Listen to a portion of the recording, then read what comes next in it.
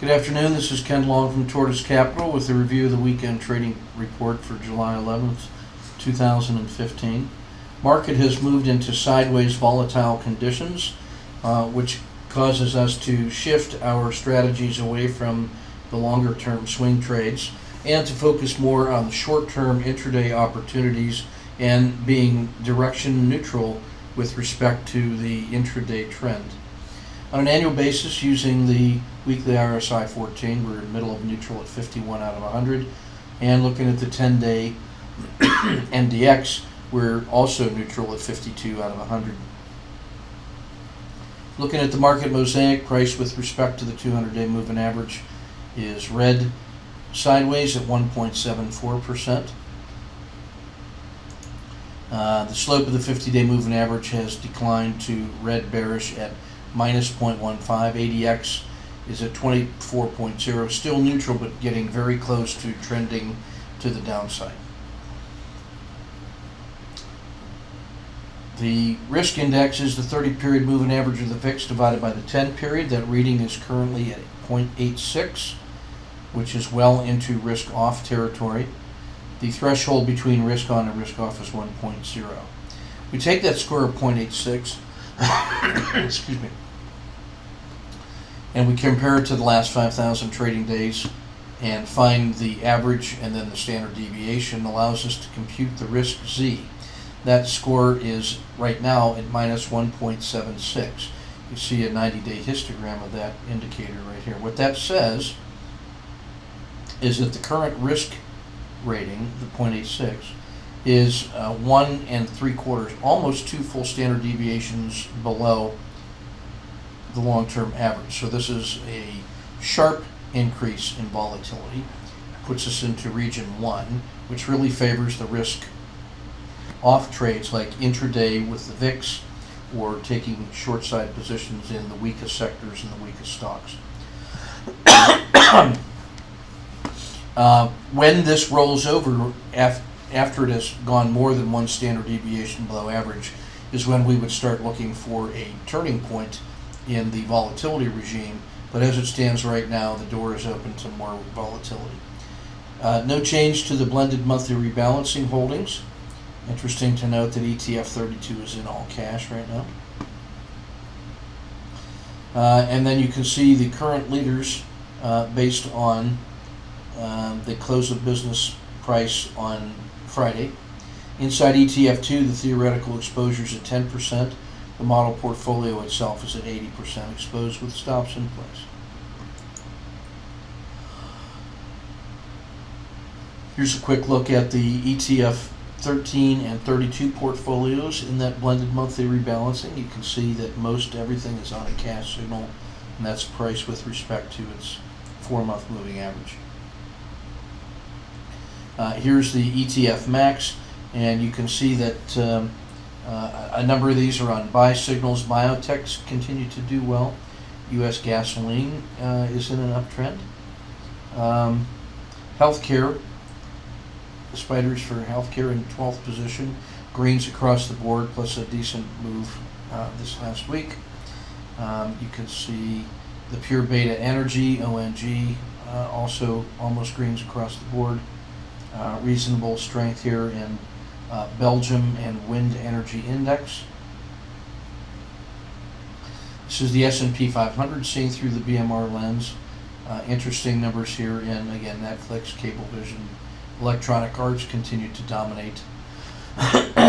Sharp pullback here in Altera. GameStop looks interesting also, as does Vulcan Materials in 25th position. Martin Marietta and Regeneron too. This is the market health check based on Friday's close. The vertical blue lines are 10, 20, and 30 days worth of look back. The horizontal purple line is the swing high at 213. We need to see a price closure above that price level in order to reestablish the bull. You can see price is down here within spitting distance of the 200-day moving average into the sideways area. The 10-period regression channel and the 30-period regression channels are both steeply downward. The Slope of that 30-period regression line is down here at minus 0.12. Not quite at the minus 0.22 rating that is required for a steep downtrend, but if we get another week or so like this past week, then that's definitely within range. You can see the 200-day moving average located here. It's held support on the first test, but overall you can see the river is down, the dragon is down, all the regression lines are down. The jaws of PPO remain open to the downside. In the ETF2 regional report, everything except U.S. small caps on a cash signal. The globals at 60 are still stronger than the S&P at 57. Inside the U.S., it's technology, then small caps, then large caps, then mid caps. Two strongest sectors, Japan and tech. Two weakest sectors, Latin America and emerging markets. Only healthcare and consumer discretionary look exceptional here inside the sector spiders. This is a look at the world market model using the strength rating from that last ETF2 report. You can see the U.S. is all above average. Small cap growth is exceptionally strong. Europe is now back recovering or processing from Greece, perhaps. Asia is suffering, however, as are still most of the commodities. ETF top 30, using our ETF2 lens, the two new ones to take a look at here near the top, AT&T, Market Vectors Vietnam continues to be strong. Green and white are the upcomers, and that's this whole stack here. The Russell Growth China EMU index, and then in the sector healthcare spiders.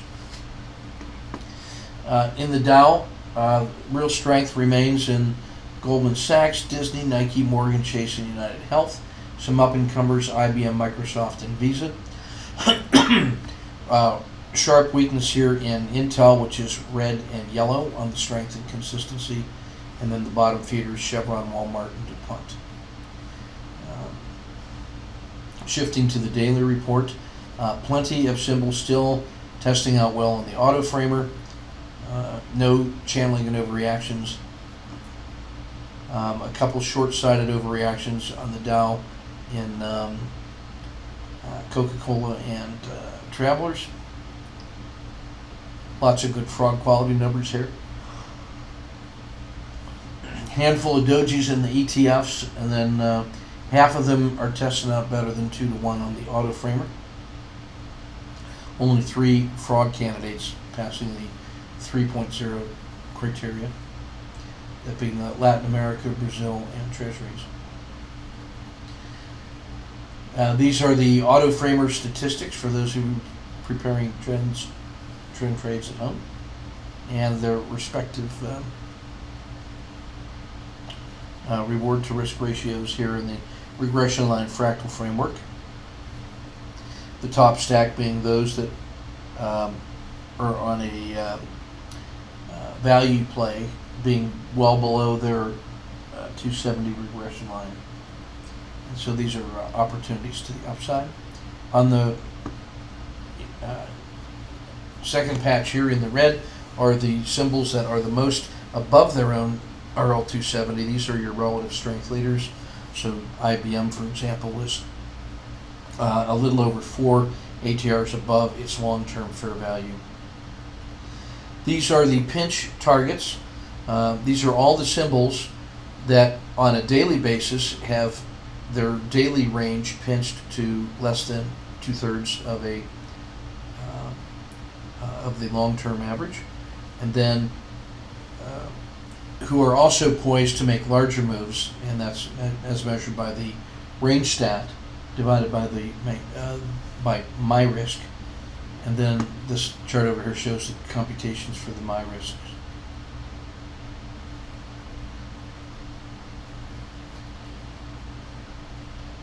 Some additional market mosaic patterns.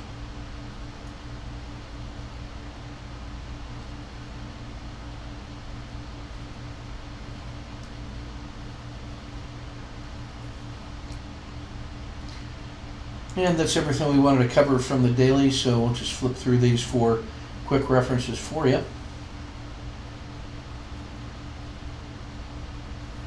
I should actually say here on the z-scores of the regression line slopes, I want you to notice how much the long-term regression line of the 90 is pulled back down to the midpoint of the 0 line on the z-score. The 30 is well below average. It's at a place where it has turned and found support previously, but notice that the fact of the 10 getting progressively weaker on a lower basis and on its highly leveraged swings. So this is sad dragon river.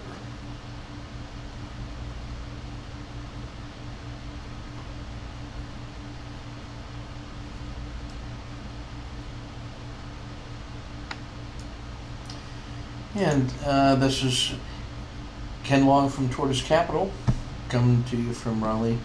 Keep your risk measured and your powder dry. We'll see you in the chat room where we're getting a lot of good work done. I encourage you to come visit us and take advantage of some of that excellent work that's going on there. I should also say I think we've solved our problem about how to conduct simulation trading and coaching training for the frog and the RLCO patterns. We had a technical solution exercise today, and it looks very promising. I have a couple volunteers helping me put together 1,000 trading cases, and we'll sort out how we can do that through the web. And it looks to be part of what can be a very excellent coaching program. So more details to follow, and I'll send out an interest sheet sometime probably tomorrow to gauge interest on this program. So take good care, and we'll see you in the chat room.